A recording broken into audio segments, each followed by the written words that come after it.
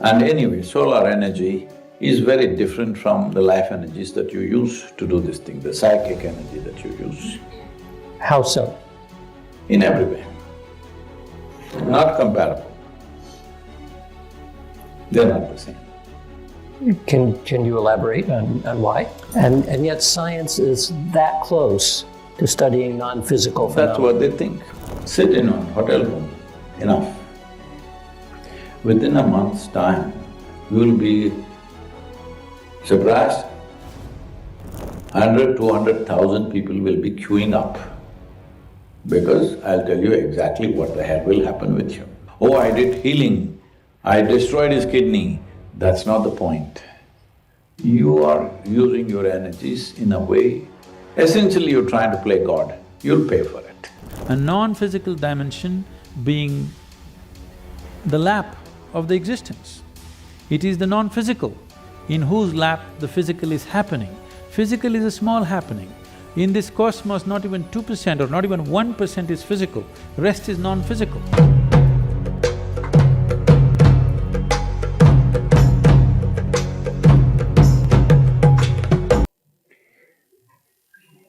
Enhancement of life does not mean elongation of life. Life can be brief and super enhanced. Life can be long, totally useless life. Useless does not mean socially useful, you did something, you invented something, not necessary. If you sit here, you're a wonderful life for yourself at least. If you can be wonderful to the world around you, fantastic. But at least if you sit here, you're wonderful to yourself, that much you must do. That will not happen. That part of your life will deplete. If you try to fix his kidney, if you try to destroy her kidney, if you try to do this, positive, negative, there is no such thing. This is all social stuff. Oh, I did healing, I destroyed his kidney, that's not the point. You are using your energies in a way, essentially you're trying to play God, you'll pay for it. And yet here we are in a hospital where people are helping others. That's different. How is that different? See, no doctor, at least the medical doctors, they're not talking about fixing anything, they're doing things from outside. Either they do surgery or they do chemicals or they do something else. Fixing something with your life energies is one thing. Fixing something with your hands which you're supposed to use anyway is different thing. So, this process of, let us say, you did surgery and fixed somebody's kidney, that's a different thing. That's subject to various realities, you have to do it skillfully, otherwise things will go bad. Hello? You have to do it very skillfully, otherwise it won't work. So similarly, destroying his kidney with your energies or you poked him with a knife. Comparatively, in terms of your life, poking with a knife is a lesser thing than energetically you destroyed him. It's a much lesser thing. So you're saying it's not… Using your motor actions to do whatever the hell you're doing according to your judgment is one thing. Using your life energies to do that is a completely different thing. And so what happens if life energies turned out to be very similar to developments in laser medicine? and whatever else? Yeah, electromagnetic and but whatever, it's not yours. genetics. Well, what if it's the same? What if technology goes up to the point where whatever is happening with life energy is either the same or at least simulated? And then, is that then not maybe a good place to go? But it's not your life energy, right? Well, it might be from a machine or from the sun or something, and that's okay? No, there'll be price for that also. But from the sun has to pay the price. No. The person who is treated also will pay the price. Sun may pay a price, but he's too big, so his price, he may not care about it. And anyway, solar energy is very different from the life energies that you use to do this thing, the psychic energy that you use. How so? In every way. Not comparable. They're not the same. Can you elaborate on why? See, physical aspects of life, whether it's sun, water or air, and those which are not physical in nature are two different things. Non-physical aspects are given to you from a different context. Physical things, you gathered some muscle, this is just physical, you can use it in so many ways. Electricity, solar energy, everything is physical. You gather it and use it in a certain way. And yet science is that close to studying non-physical phenomena. That's what they think. No, I'm not talking about psychic effects. I'm talking about quantum mechanics, and areas of science. That is what I'm saying. That is what they think. Well, so they're not thinking right. No. See, as you know, what you think is close is light years away. This happened. One day, Shankaran Pillai went for a job interview in Bangalore. You know Bengaluru? Yeah. So there the interviewer asked, which is closer to you, Moon or Mumbai? Without batting an eyelid, he said, Moon. Said, how do you say such a silly thing? Said, well, I can see the moon, I can't see Mumbai. So if you have such logic, certain things look like that, but it's not like that. Which again raises the question of knowing versus not knowing. See, because you can say, yes, what your sense is… There's a difference between conjecture and knowing. There's a difference between knowledge and knowing. Accumulated stuff and pure knowing are two different things. Right, so we would call the true knowing with a capital K, that is a noetic experience. It's a deep… No, I'm not going there right now, okay? Yes. No, I thought this is independent of that. No, but I mean, it's just different words assigned to similar kinds of concepts, yes. So we know that people have those experiences and we become curious. Well, how can we understand that? See, what is mind, what is body, it's like this. In a very simple way, the yogic traditions put it this way. Anda, Pinda, Brahmanda. Anda means individual life. Pinda means larger life. Brahmanda means the source of life. You can use this Anda whichever way you want, it's up to you, depending upon the times in which you are born. Different ways we use it. What we thought was perfectly right 1,000 years ago, today is all wrong, isn't it? Yes or no? Men who did many things 1,000 years ago, thinking they're doing a great thing, today is all wrong, isn't it? So Anda, you can use it whichever way, it's a gift to you from nature or creation. Pinda, you're careful because it's a larger life, it's not you. Yes, you may find access to it. You have to treat it with a certain reverence, otherwise it has its own consequences. Brahmanda, you don't ever try to use. You can melt into it, you can dissolve into it. It may find expression through you without your will, that's okay. But you don't ever create an intent for Brahmanda or the source of life. You don't create an intent. This is why the very way the creation is, that there are certain hoops that most people don't cross because they can't approach anything without intent. They have an intent. They think they're good people, so they have stupid good intent always. And in every generation, somebody who thought they are very good did terrible things to other people, isn't it? Yes or no? I am saying the more good you think you are, more terrible things you're doing to people, and this has been the case all through history, human history. People who thought, I'm very good this, they're doing terrible things to somebody else, thinking they're doing a very good thing, isn't it? Happening or no?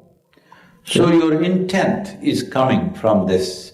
If you have a negative intent, then you say this is a bad person. Positive intent, then you say it's a good person. But tell me, how much damage have so-called bad people caused to this planet?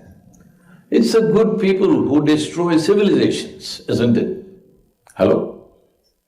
A bad person just robs somebody a little bit, pickpocket he will do, he will mug you on the street, maybe even kill you.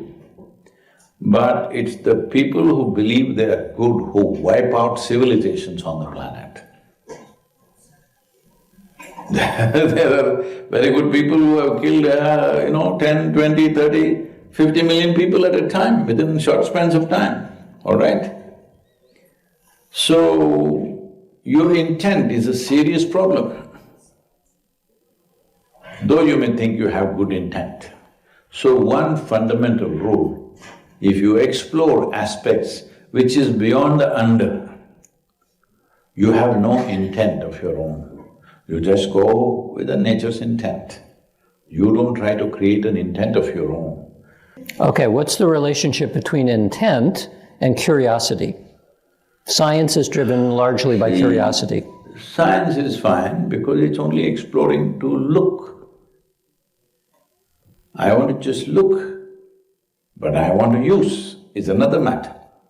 Tell me today, whatever environmental problems that we're talking about, has it come out of uneducated people, ignorant people on the planet, or because of the educated people on the planet? Which way is it? Probably the latter. Not probably, come on. What has destroyed this world? Our inability or our technology? Yeah, technology. Technology. If you are incapable, there was no problem, isn't it?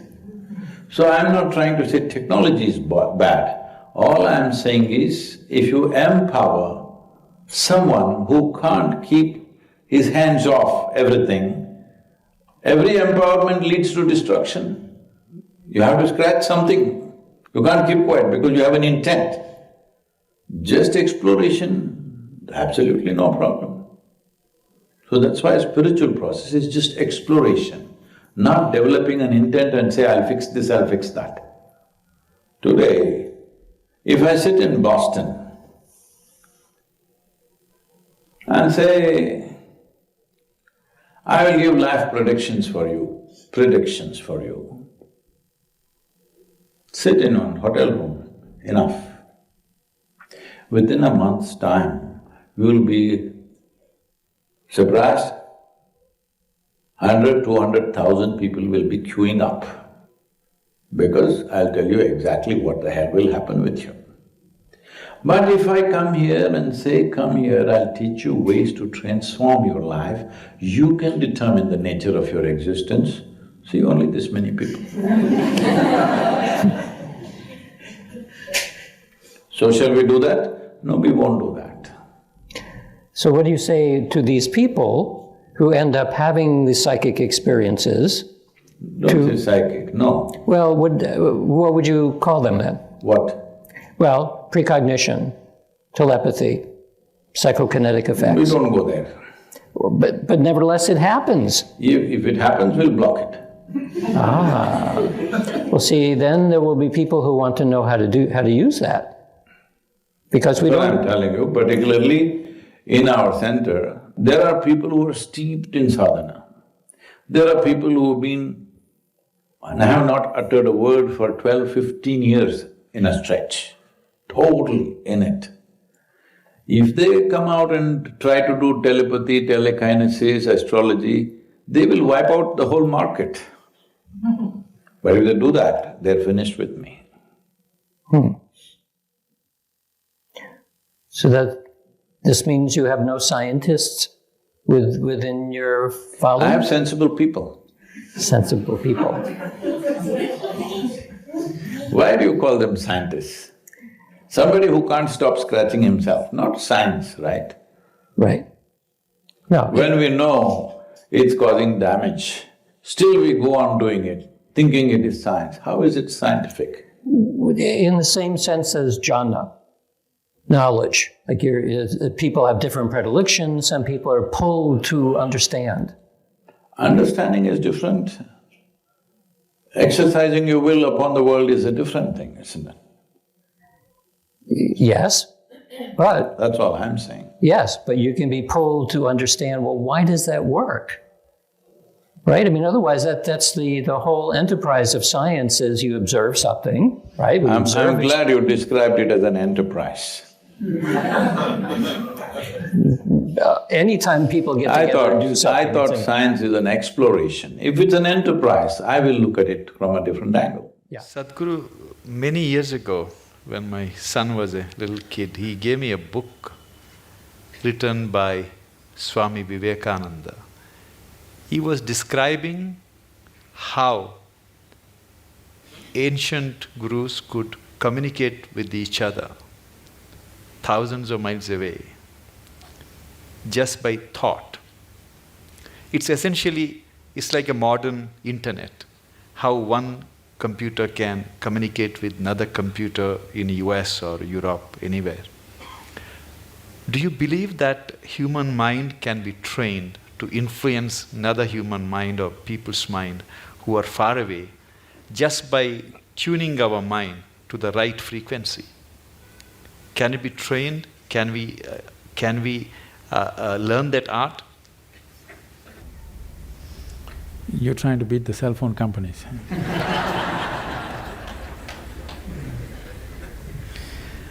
It's not just about the mind. See, when we say mind, the English word mind is only generally referring to only the thought process. Thought process is the most surface element of your mind. I think because of European thought, we have given too much significance to the thought. In the yogic science, we do not attach any importance to what you're thinking about or feeling right now, because what can you think? Only the data that you have collected, you're recycling it. It's of no great consequence. Whatever is on the surface of your mind keeps rolling, that is not of any consequence. What you're thinking and feeling right now is very surface of mind. There are deeper dimensions of the mind. In Sanskrit language, there are many words to describe the different states of mind. But now there is one aspect of the mind, for lack of time and stuff, I'll leave those things. There is one aspect of the mind which we refer to as chitta. Chitta is the innermost core of the mind, which is your connection with what we are referring to as consciousness. If your chitta becomes conscious, if your chitta acquires a certain level of conscious control, if you acquire, now you have access to your consciousness. What we are referring to as consciousness is that dimension which is neither physical, nor is it electrical, nor is it electromagnetic. It is a quantum leap from physical to non-physical dimension. A non-physical dimension being the lap of the existence. It is the non-physical in whose lap the physical is happening. Physical is a small happening. In this cosmos, not even 2% or not even 1% is physical, rest is non-physical. This non-physical dimension, in the yogic terminology, we use a specific sound which is connected with that dimension. Today it's all very highly distorted. We call this Shiva. That means that which is not. When we say Shiva, we are not referring to some man sitting up there. We are talking about a dimension which is not, but it is in the lap of this dimension, everything that is happens. So if your chitta becomes even mildly conscious, your ability to not only communicate an idea or a thought, even to deliver something is possible. Physically deliver something is possible. So, is it a possibility? Definitely it is. Right now, can we teach it to all these people? In theory, yes. But are they willing to work towards it? That's a question mark. One big problem is, our education systems are such we have glorified our thought to such a place. First, to bring that down itself will take time. To make them understand the stupidity of their thought, it will take a whole lot of time. Because everybody thinks they're smart, but actually the smartest thing about most people is their phone.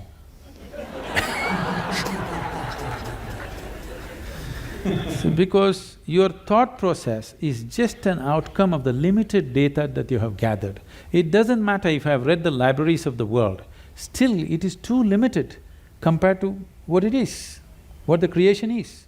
With all the scientific development, we still do not know how a leaf really works. We do not know how a single atom in its entirety we do not know with all the scientific exploration. So that should be humbling enough for everybody to know that we know how to use things, but we do not know what it is. It will take a lifetime of attention to even grasp the fundamentals of what it is. So if people are willing to first of all understand, like the whims of their heart, you just dismissed as dumb, okay? If they also understand the so-called smartness of their thought process and emotion is quite dumb, now it becomes easy. It becomes easy to train people that communication it's not like, now I want to generate this thought and give it to you, not like that. Things will happen to you before you think. What is best for you will simply happen to you even before you articulate in your mind. You don't have to ever think what you want to become, how you want to be. Life will just arrange itself. An intelligence beyond what you can contain in this bone box starts working for you, and it'll work. You've heard of Ramanujam and others, just opened a window with their Devi, and he becomes that kind of a mathematician, which is, even today after 1 century, they're still trying to figure out what he said. And the mathematical calculations that he gave is the backbone for describing the black holes in the universe. When he was there was no word called black hole, nobody knew there is such a thing. When we say black hole, what we are talking about is the curve of time and gravity, which is something modern science is battling with. He made mathematical background for that. As the curve increases, what is in existence, physical existence, becomes non-existence. So this is what it is when we say yoga. You reduce the curve in such a way that what is largely physical becomes non-physical. Once it's non-physical, time and space is not an issue. Once time and space is not an issue, communication is simply there.